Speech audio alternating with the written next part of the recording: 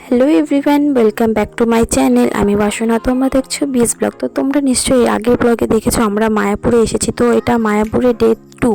তো আমরা সকালে উঠে কিছু ব্রেকফাস্ট করে আমরা চলে গিয়েছিলাম মায়াপুর ইস্কন মন্দিরের কাছে কিছু কেনাকাটা করতে। তো ওখানে সব দোকান খোলেনি, তো কিছু কিছু দোকান খুলেছে, ওখান থেকে আমরা কিছু কিনে নিয়েছি। তারপরে আমরা চলে গিয়েছিলাম মায়াপুর ঘাট থেকে নবদ্বীপ, কারণ আমার সাথে আমার দিদির কিছু কেনাকাটা ছিল। তো ওই কারণে আমরা চলে গিয়েছিলাম নবদ্বীপে। তো ওখানে তেমন কিছু পাইনি, তো তারপরে আমরা চলে এলাম আবার। তো তারপর দেখো আমরা এখন নবদ্বীপ থেকে আবার মায়াপুর যাচ্ছি।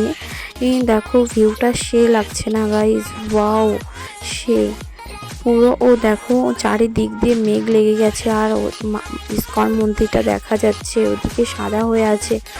আর দেখো হালকা হালকা বৃষ্টি পড়ছে, তোমরা বুঝতে পারছো কিনা জানি না, কিন্তু হালকা হালকা বৃষ্টি পড়ছিল।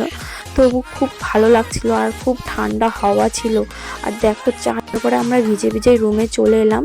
তো তারপরে স্নান ধান খাওয়া দাওয়া করে আমরা আবারও চলে গেলাম ইস্কন মন্দিরের কাছে, কারণ আমরা প্ল্যান করেছিলাম যে বিকেলে আমরা গোপী ড্রেসগুলো যে হয় ওগুলো পরে ইস্কনে আসবো। তো আমরা ইস্কন মন্দিরের আমরা চলে এসেছি মায়াপুরে।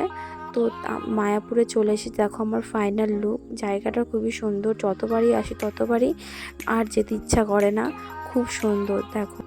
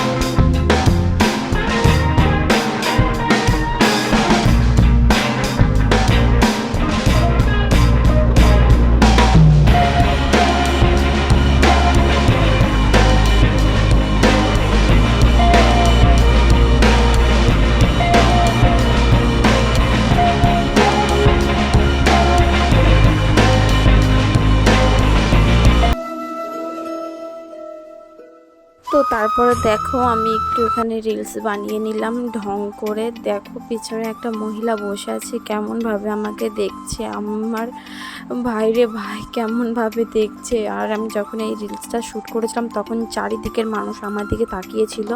দেন চলে গেলাম ইস্কনের পেছনের এই জায়গাগুলোতে। তো এখানে অনেকগুলো দোকানই বসেছিল, তো সাইডেই ছিল মায়াপুর ইস্কনের থিয়েটার। তো ওটা দেখানো হয়নি, ভিডিও করা হয়নি। তো দেখো এই সাইড দিয়ে কত দোকান বসেছে, দেখো কত দোকান বসেছে। আর এই সাইড দিয়ে দেখো মায়াপুরের ভিউটা কত সুন্দর লাগছে।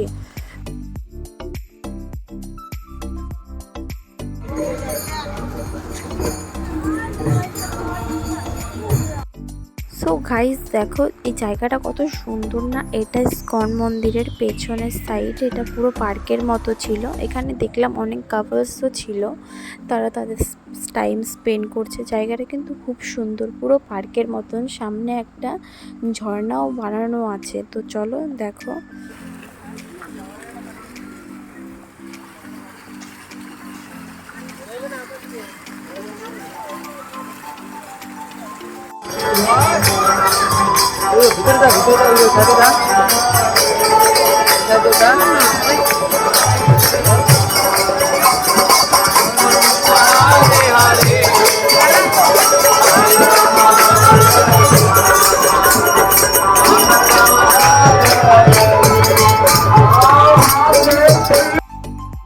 তো তারপরে আমরা সব দিক দিয়ে ঘুরে তারপরে চলে গেলাম খাওয়ার ওখানে। তো এই কুপন 50 টাকা করে নিয়েছিল। তো আমরা গিয়েছিলাম, তো সাথে ভাতও ছিল, রুটিও ছিল। তো কী কী ছিল আমার এখন মনে নেই। তো তারপরে দেখো আমরা ওখান থেকে খেয়ে দিয়ে চলে এলাম। তো আসার সময় দেখলাম, তো ভিডিও করলাম। দেখো সন্ধ্যা আরতি হচ্ছে, খুব ভালো লাগছে। দেখো মন্দিরের পাশ দিয়ে দোকানগুলো বসেছে। তো সব থেকে আমার যেটা ভালো লেগেছে, দেখো এই দুটো বাচ্চাকে সব খুব কিউট লাগছিল না।